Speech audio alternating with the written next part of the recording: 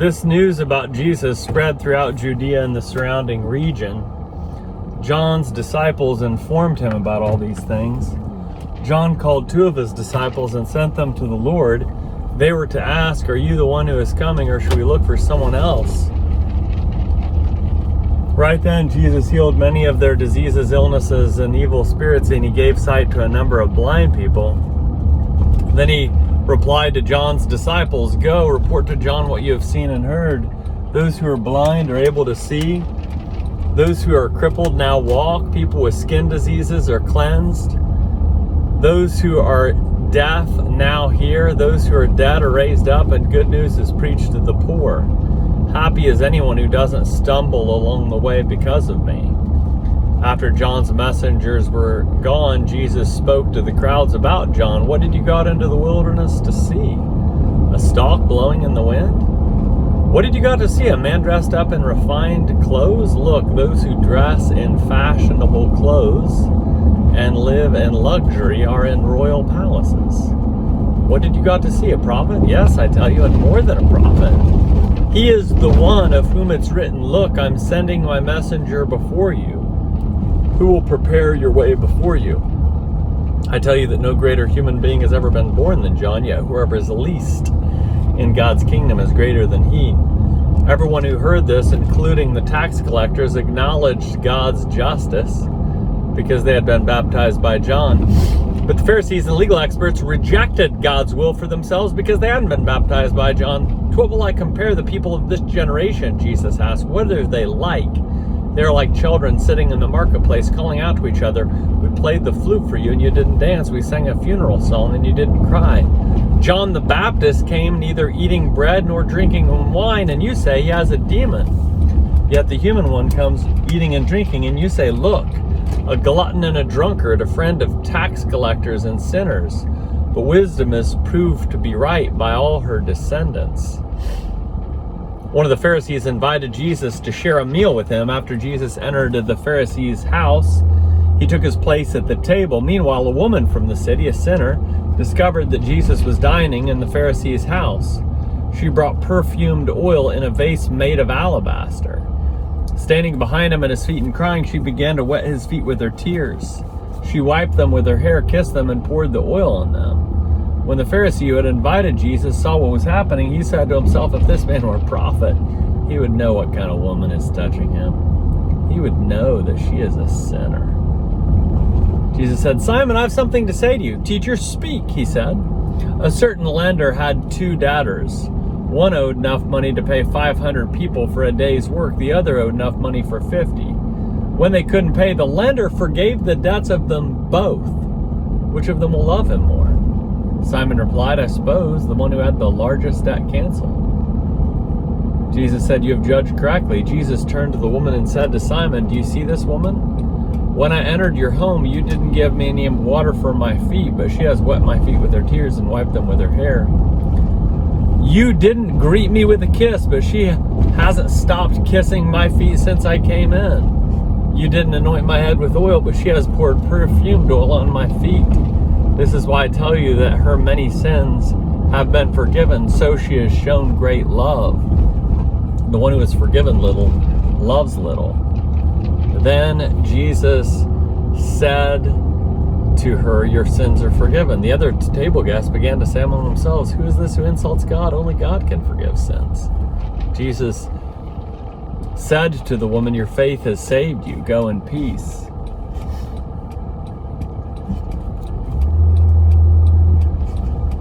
Soon afterward, Jesus traveled through cities and villages, preaching and proclaiming the good news of God's kingdom.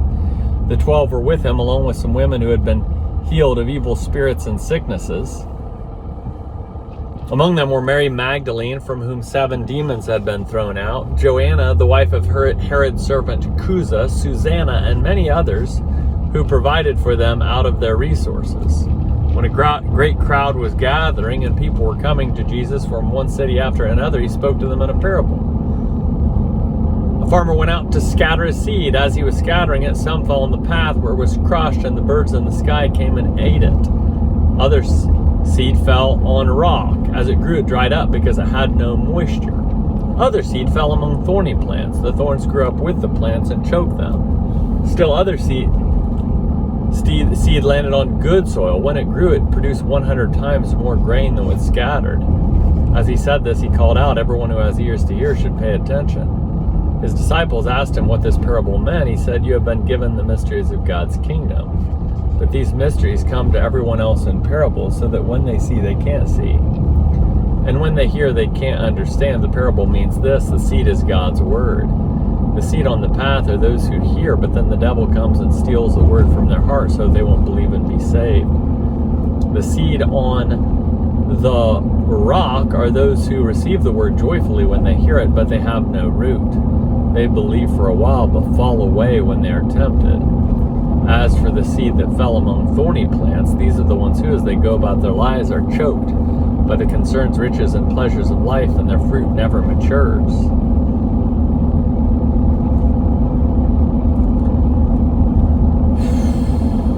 The seed that fell on good soil are those who hear the word, commit themselves to it with a good and upright heart. Through their resolve, they bear fruit.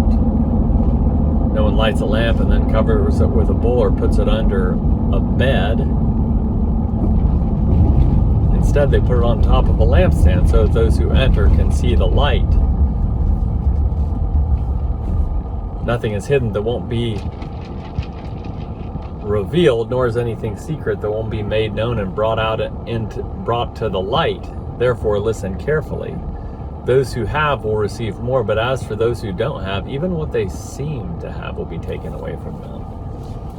Jesus' mother and brothers came to him, but were unable to reach him because of the crowd. Someone told him, "Your mother and brothers are standing outside wanting to see you." But he said, "My mother and brothers are those who listen to God's word and do it." One day, Jesus and his disciples boarded a boat. He said to them, "Let's cross over to the other side of the lake." So they set sail. As they were sailing, he fell asleep. Gale-force wind swept down upon the lake. The boat was filling up with water, and they were in danger, so they went and woke Jesus, shouting, "Master, Master, we're going to drown." But he got up and gave orders to the wind and the violent waves. The storm died down, and it was calm. He said to his disciples, "Where is your faith?" Filled with awe and wonder, they said to each other, "Who is this? He commands even the winds and the water, and they obey him." Jesus and his disciples sailed to the Gerasenes land, which is across the lake from Galilee. As soon as Jesus got out of the boat, a certain man met him. The man was from the city and was possessed by demons.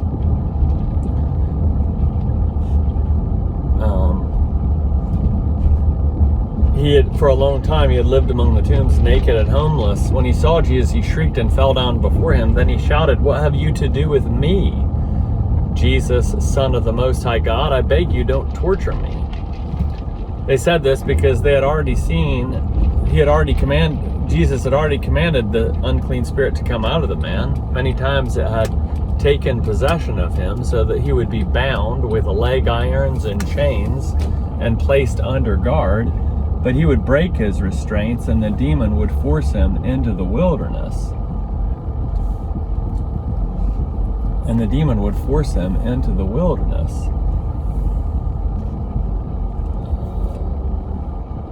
Jesus asked him, "What is your name?"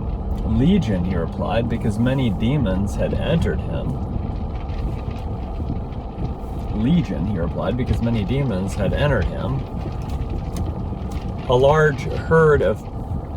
The demons pleaded with him not to order them to go back into the abyss. A large herd of pigs was feeding on the hillside. The demons begged Jesus to let them enter the pigs. Jesus gave them permission. The demons left the man and entered the pigs. The herd rushed down the cliff into the lake and drowned. When those who tended the pigs saw what happened, they ran away and told the story in the city and in the countryside. People came to see what had happened. They came to Jesus and found the man from whom the demons had gone. He was sitting at Jesus' feet, fully dressed and completely sane. They were filled with awe. Those people who had actually seen what had happened told them how the demon-possessed man had been delivered. Then everyone gathered from the region of the Gerasenes asked Jesus to leave their area because they were overcome with fear. So he got into the boat and returned across the lake. The man from whom the demons had gone begged to come along with Jesus as one of his disciples, but Jesus sent him away, saying, "Return home and tell the story of what God has done for you."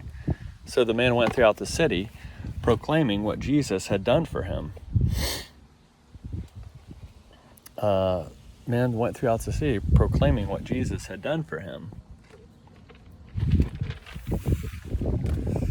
Proclaiming what Jesus had done for him.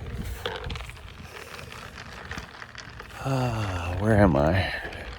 Proclaiming what Jesus had done for him. When Jesus returned, the crowds welcomed him, for they had been waiting for him. A man named Jairus, who was a synagogue leader, came and fell at Jesus' feet. He pleaded with him to come to his house because his only daughter, a 12-year-old, was dying. As Jesus moved forward, he faced smothering crowds.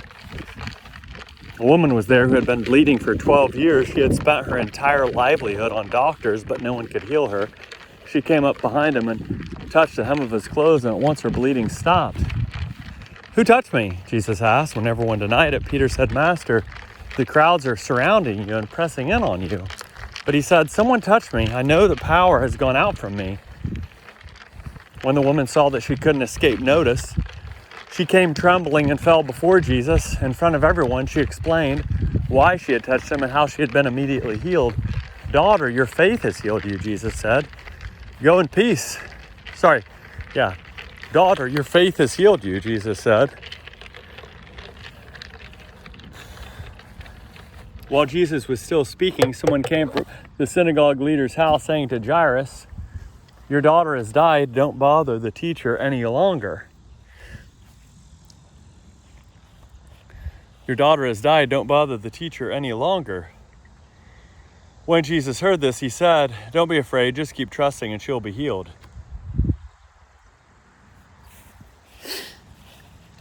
When he came to the house, he didn't allow anyone to enter with him except Peter, John, and James, and the child's father and mother. They were all crying and mourning for her, but Jesus said, "Don't cry. She isn't dead. She's only sleeping." They laughed at him because they knew that she was dead. Taking her hand, Jesus said, "Child, get up." Her life returned and she got up at once. He directed them to give her something to eat. Her parents were beside themselves with joy, but Jesus ordered them to tell no one what had happened. Feels good out here. Chapter 9. Jesus called the 12 together and gave them power and authority over all demons and to heal sicknesses. He sent them out to proclaim God's kingdom and to heal the sick. He told them, "Take nothing for the journey, no walking stick, no bag, no bread, no money, not even an extra shirt. Whatever house you enter, remain there until you leave that place. Wherever they don't welcome you, as you leave that city, shake the dust off your feet as a witness against them." They departed and went through the villages, proclaiming the good news and healing people everywhere. Herod the ruler heard about everything that was happening. He was confused because some people were saying that John had been raised from the dead, others that Elijah had appeared, and still others that one of the ancient prophets had come back to life. Herod said, "I beheaded John, so now who am I hearing about?" Herod wanted to see him. When the apostles returned, they described for Jesus what they had done. Taking them with him, Jesus withdrew privately to a city called Bethsaida. When the crowds figured it out, they followed him. He welcomed them, spoke to them about God's kingdom, and healed those who were sick. When the day was almost over, the 12 came to him and said, "Send the people away so that they can go to the nearby villages and countryside and find lodging and food, for we are in a deserted place." He told them, "You give them something to eat." But they said, "We have no more than 5 loaves of bread and 2 fish unless we go and buy food for all these people." They said this because about 5,000 men were present. Jesus said to his disciples, "Seat them in groups of about 50. They did so, and everyone was seated. He took the 5 loaves and the 2 fish, looked up to heaven and blessed them and gave them to the disciples to set them before the crowd. Everyone ate until they were full. The disciples filled 12 baskets with the leftovers. Once when Jesus was praying by himself, the disciples joined him and he asked them, "Who do the crowd say that I am?" They answered, "John the Baptist, others Elijah, and still others that one of the ancient prophets has come back to life." He asked them, "And what about you? Who do you say that I am?" Peter answered, "The Christ sent from God." Jesus gave them strict orders not to tell this to anyone. He said the human one must suffer many things and be rejected by the elders, chief priests, and the legal experts, and be killed and be raised on the third day. And be killed and be raised on the third day. Jesus said to everyone, all who want to save their lives will lose them, but all who lose their lives because of me will save them. What advantage do people have if they gain the whole world for themselves, yet perish or lose their lives? Whoever is ashamed of me and of my words, the human one will be ashamed of that person when he comes in his glory and in the glory of the Father and of the holy angels. I assure you, some standing here won't die before they see God's kingdom. About 8 days after Jesus said these things, he took Peter, John, and James and went up on a mountain to pray. As he was praying, the appearance of his face changed and his clothes flashed white like lightning. 2 men, Moses and Elijah, were talking with him. They were clothed with heavenly splendor and spoke about Jesus' departure, which he would achieve in Jerusalem. Peter and those with him were almost overcome by sleep, but they managed to stay awake and saw his glory as well as the 2 men with him. As the 2 men were about to leave Jesus, Peter said, "Master, it's good that we're here. We should construct 3 shrines, one for you, one for Moses, and one for Elijah." But he didn't know what he was saying. Peter was still speaking when a cloud overshadowed them. As they entered the cloud, they were overcome with awe. Then a voice from the cloud said, "This is my son, my chosen one. Listen to him." Even as the voice spoke, Jesus was found alone. They were speechless, and at the time told no one what they had seen. And the next day, when Jesus, Peter, John, and James had come down from the mountain, a large crowd met Jesus. A man from the crowd shouted, "Teacher, I beg you to take a look at my son, my only child. Look, a spirit seizes him, and without any warning, he screams. It shakes him and causes him to foam at the mouth. I begged your disciples to throw it out, but they couldn't." Jesus answered, "You faithless and crooked generation, how long will I be with you and put up with you? Bring your son here." While he was coming, the demon threw him down and shook him violently. Jesus spoke harshly to the unclean spirit, healed the child, and gave him back to his father. Everyone was overwhelmed by God's greatness. While everyone was marveling at everything Jesus was doing, he said to his disciples, "Take these words to heart. The human one is about to be delivered into human hands." They didn't understand this saying. Its meaning was hidden from them, so they couldn't grasp it, and they were afraid to ask him about it. An argument broke out among the disciples about which of them was the greatest. Aware of their deepest thoughts, Jesus took a little child and had the child stand beside him. Jesus said to his disciples, "Whoever welcomes this child in my name welcomes me. Whoever welcomes me welcomes the one who sent me. Whoever is least among you all is the greatest."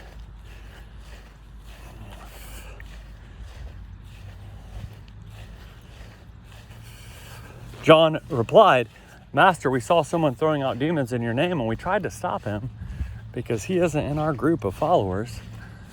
But Jesus replied, "Don't stop him, because whoever isn't against you is for you." As the time approached when Jesus was to be taken up into heaven, he determined to go to Jerusalem. He sent messengers on ahead of him.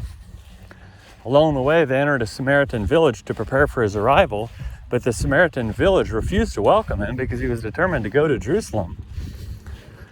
When the disciples, James and John, saw this, they said, "Lord, do you want us to call fire down from heaven to consume them?" But Jesus turned and spoke sternly to them, and they went on to another village.